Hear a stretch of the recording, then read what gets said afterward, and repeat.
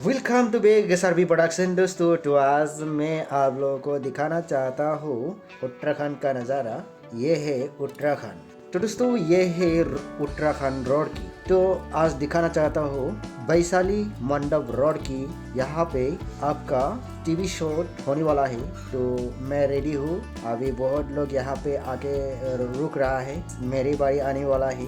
अभी मेरा नंबर आने वाला है और बाकी का आते रहेगा ऐसे एक एक करके। तो मैं टीवी शो करके आ चुका है रामनगर में। तो रामनगर में मैं रूम लिया है और अभी रूम की तरफ जा रही हूँ। रूम में जाके मैं बैग लेगा और उसके बाद मैं जाऊंगी रोड की स्टेशन। मैं रोड की स्टेशन जा रही हूँ और रोड की स्टेशन से जाके मैं जाऊंगी न्यू दिल्ली तक। तो आप लोग बने रखिए।